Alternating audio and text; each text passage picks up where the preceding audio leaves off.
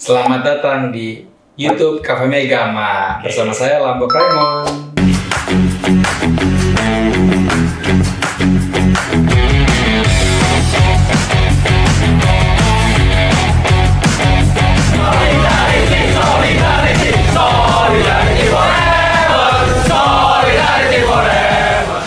Saya Lambok Raymond, alumni D3 Teknik Mesin UGM Angkatan 2010. Saat ini kita berada di perusahaan kami di PT Refi Berkah Makmur. Kami berada di Jababeka, lebih tepatnya JB Hub WW5 C7. Saat ini saya tinggal di daerah Tambun, Grand Wisata. PT Refi Berkah Makmur ini artinya adalah nama saya dan istri, Revinya Raymond dan Novi. Berkah tadi tujuannya untuk memberikan berkah ke customer-customer kami, serta makmur itu untuk memakmurkan karyawan dan keluarga karyawan kami. Perusahaan kami berdiri di 9 Juli 2020 dan juga core bisnis kami itu untuk service, spare part, sales, dan rental forklift. Jadi kami tidak main bisnis lain, hanya forklift saja.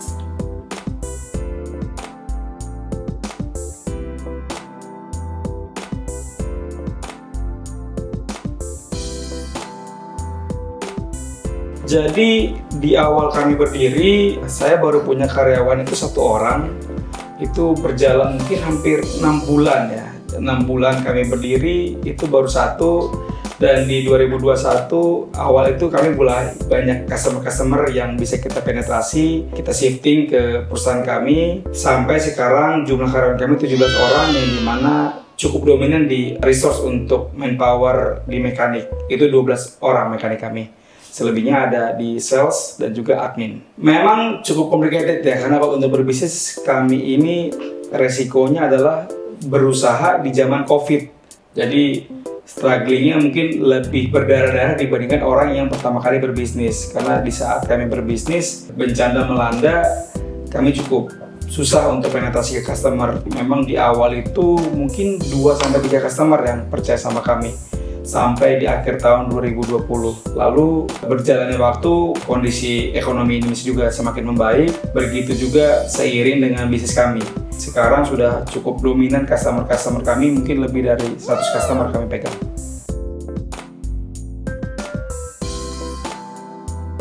Sebetulnya perusahaan kami nggak pernah ada terjun langsung daripada pihak eksternal. Jadi memang hanya saya dan istri yang sebagai manajemen di sini, dan juga sini didukung oleh 2 kepala mekanik saya, ada Pak Yani dan juga Pak Riswanto, menjadi tulang punggung kami untuk mensupport customer, karena memang core bisnis kami lebih ke produk support, service spare part. Jadi dengan internal kami, hierarkialnya bisa sangat mendukung customer kami untuk eksis sampai saat ini. Saya memang benar-benar mencintai pekerjaan saya di bidang forklift ini. Hal itu menjadi daya tahap tumbuh saya untuk bisa semakin tahu, oh karakter customer seperti ini, saya bisa adaptionnya dengan seperti apa cara penanganannya. Jadi kalau customer yang mungkin marah-marah, ya memang karakter saya dengan cara bikin lucu-lucu bisa lebih reda untuk komunikasi. Tapi kalau customer yang sampai pernah ada yang mengancam juga banyak, ada juga ya customer-customer seperti itu. Jadi cukup banyak lah variatif customer kita. Masih sampai saat ini masih bersyukur untuk usaha di forklift karena memang banyak customer unik lah. Saya dulu pengambil D3 Teknik Mesin itu tolak ukur cuma 1, karena saya orang Batak. Saya pengen punya usaha bengkel tambal ban. Jadi emang kayak lay-lay pada umumnya di jalan-jalan gitu. Cuma bersyukur karena background saya berkarir di Astra, di forklift juga, saya dibentuk menjadi pribadi ataupun karakter yang lebih bisa bersosial, karena memang saya ditempatkan di bidang sales. Dominasi yang saya punya saat ini, background saya di mechanical engineering dan saya di konsultasi otomotif zaman D3 mesin, itu sangat membantu sekali untuk bisa, ya kalau saya boleh bilang, membantu saya menjadi jembatan komunikasi ke customer yang jadi memang luar dalamnya forklift hampir berkaitan dengan apa yang saya pelajarin dulunya di teknik mesin. Saya sangat bersyukur sekali bisa berusaha di forklift, itu berkorelasi dengan apa yang saya pelajari dulu zaman kuliah.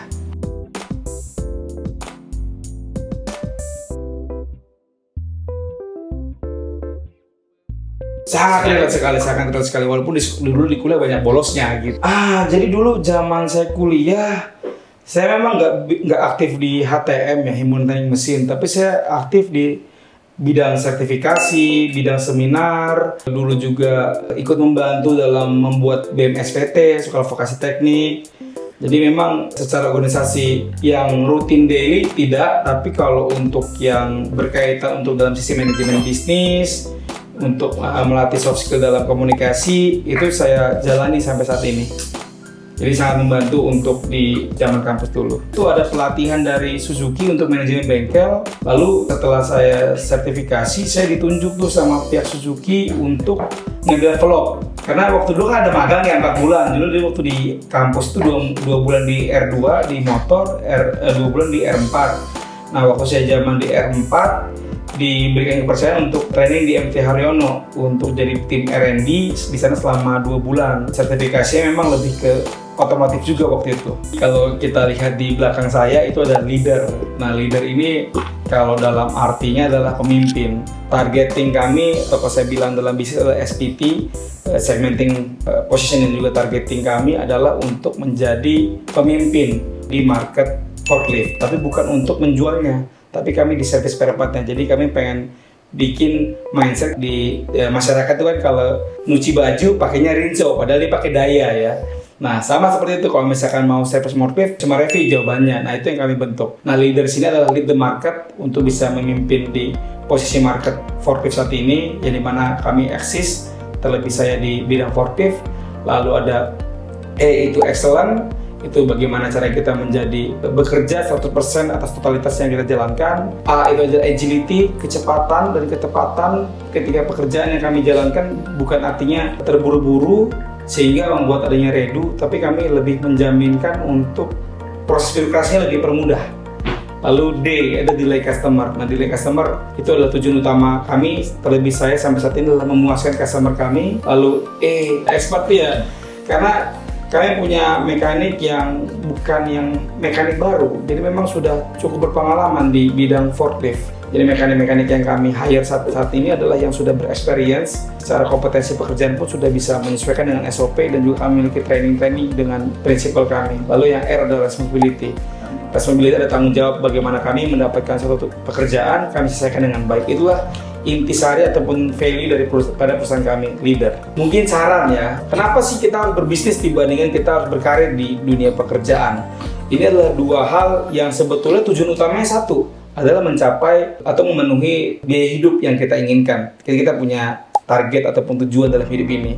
Nah, yang membedakan adalah anak tangga yang kita jalanin. Kalau kita berkarir di suatu perusahaan ataupun kita bilang profesional, kita tahu career path-nya. Ketika kita bekerja, KPI-nya jelas. Kita bekerja untuk menjalankan sesuatu agar kita mendapatkan hasilnya berupa gaji. Nah, kalau berbisnis itu tujuannya sama untuk mendapatkan hasil, tapi pattern atau polanya berbeda, karena kita nggak jalankan langsung berbisnis ini, ya mungkin kita nggak mendapatkan hasil. Contoh kita malas nih, nggak kerja, masih bisa dapat gaji. Tapi kalau kita berbisnis, semua itu tolak ukurnya daripada effort kita.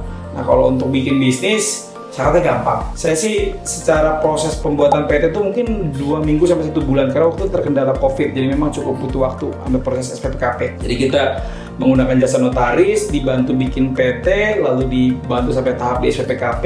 Kenapa kita pilih PT adalah kita tahu target saya memang yang secara valuasinya akan cukup tinggi nanti ke depannya. Kalau CV untuk proses transaksi ke customer akan terbatasi, tapi kalau untuk PT itu cukup mudah untuk masuk customer kita yang secara valuasi target kita mungkin sampai miliaran gitu. Kami ini baru sebetulnya belum nyampe 1 tahun di JBBK ini. Dulu kami domisilinya di Jakarta Timur, di Rensawit, masih berada di ruko di sana kami sewa. Cuma memang berjalan usia, bertambah juga karyawan, manpower kami tidak cukup di sana gitu. Alhasil kami shifting area di daerah timur, memang karena customer kami paling banyak di daerah timur, MN 100, lalu di Karawang, Purwakarta. Jadi memang pergerakan bisnis ataupun di industrial itu yang notabene punya aset forklift untuk bisa kita handle, itu banyaknya di daerah timur. Menurut kami adalah pilihan yang tepat secara akomodir area dengan cost yang mungkin lebih murah dibandingkan kita ambil yang tempat yang lebih besar kayak MN21 maupun di Karawang, KIC gitu. Strategi sangat sekali. Kita ke Cibitung mungkin 15-20 menit, nggak lewat tol bisa. Ke GIC 20 menit selesai, kita ke Karawang setengah jam 40 menit selesai. Jadi memang dengan marketnya yang bergeser ke timur, kami rasa cukup strategis di daerah Jababeka ini. Kalau customer kami banyak kan di daerah logistik.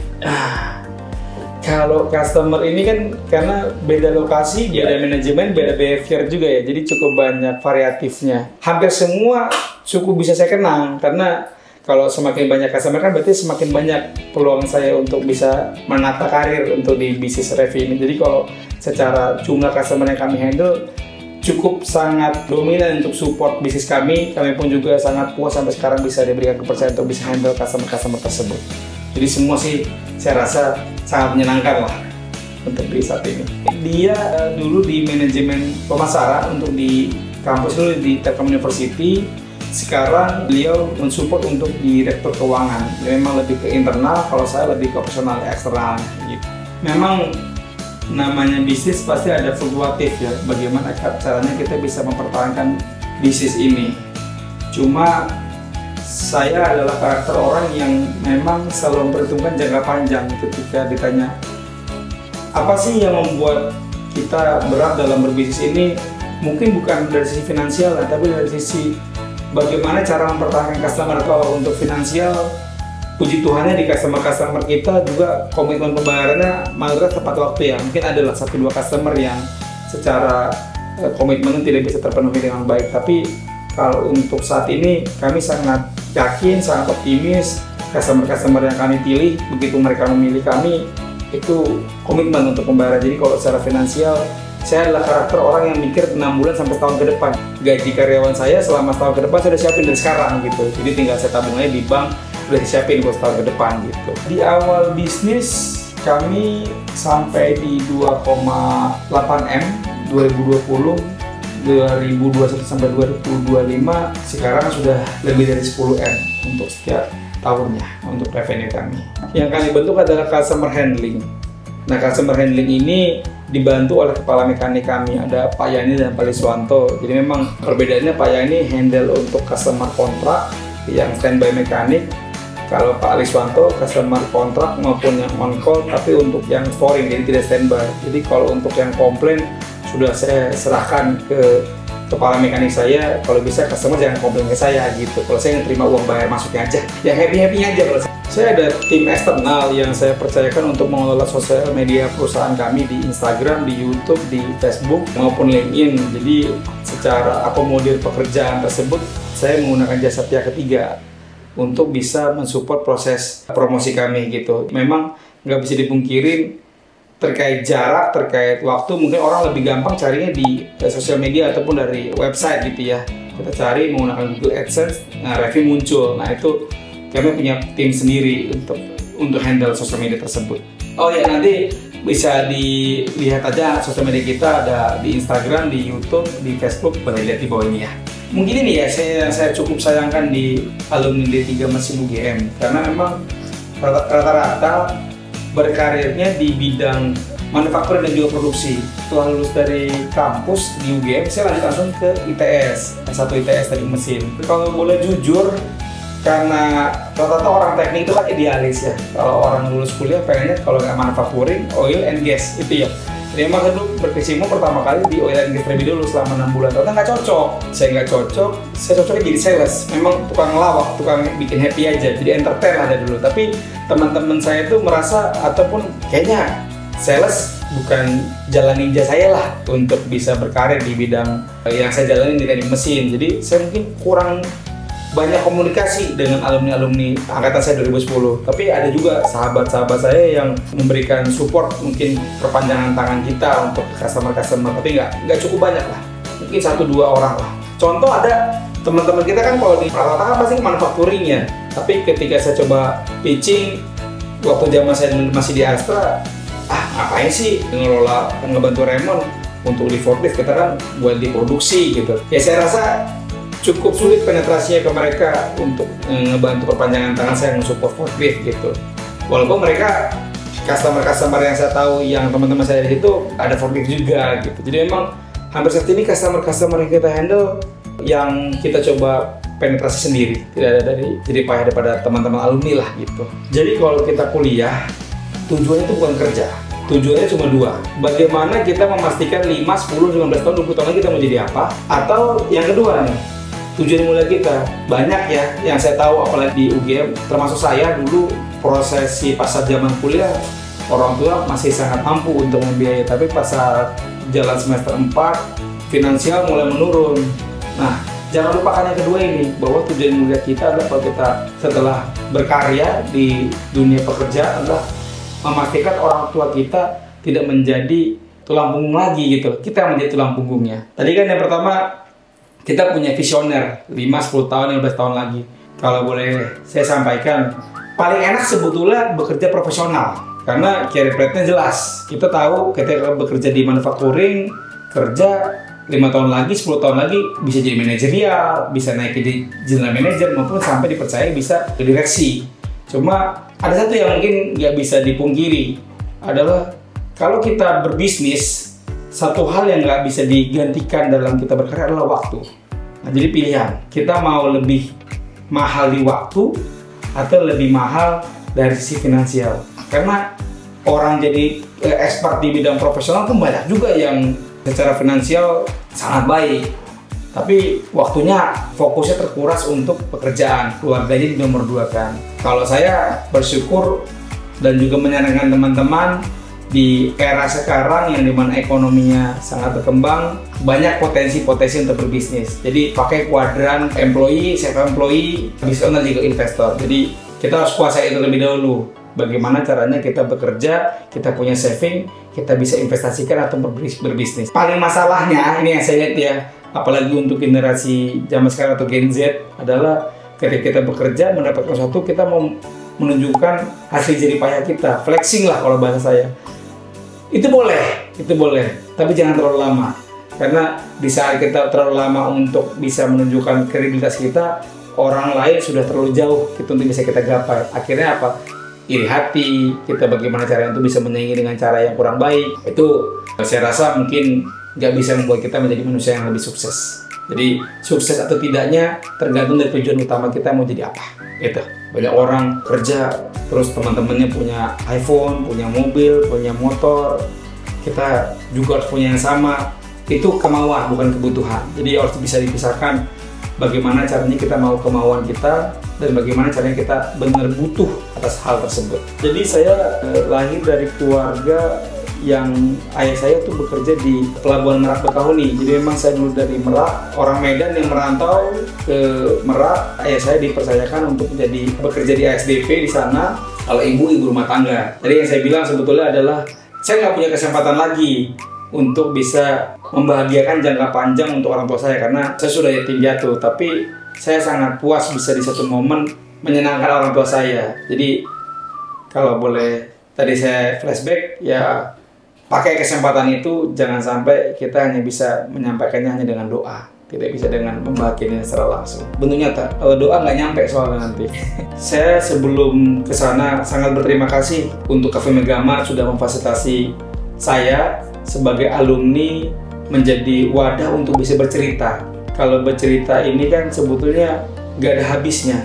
Apa yang bisa kita pelajari dari senior-senior kita tuh sangat banyak sekali. Saran saya atau harapan saya kepada teman-teman ataupun junior kita yang masih terus berusaha di dunia perkuliahan maupun yang sudah lulus, pakai fasilitas ataupun komunikasinya dengan senior. Jangan merasa sungkan, jangan merasa malu. Banyak senior-senior kita yang menjadi wadah, sangat terbuka sekali. Sekretari kita di Tambun ya, bisa menjadi wadah untuk komunikasi. Kita membangun karakter kita, bukan hanya dunia pekerja. Kalau kita ngedapetin tadi fokus hanya soal finansial, ya ngapain kita ke alumni? Kita bekerja aja juga cukup.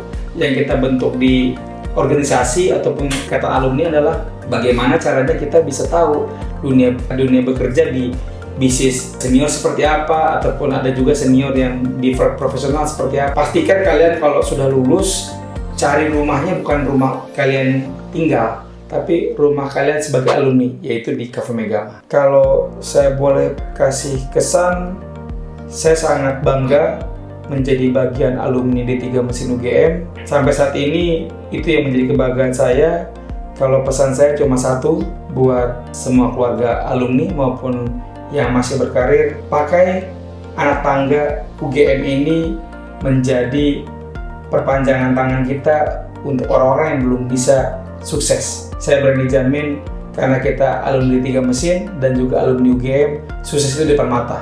Tapi tergantung kita mau kita buka pintunya atau tidak. Itu saja. Jangan lupa like, subscribe, dan komen untuk YouTube Cafe Megama dan juga follow untuk di Instagramnya ya. Thank you.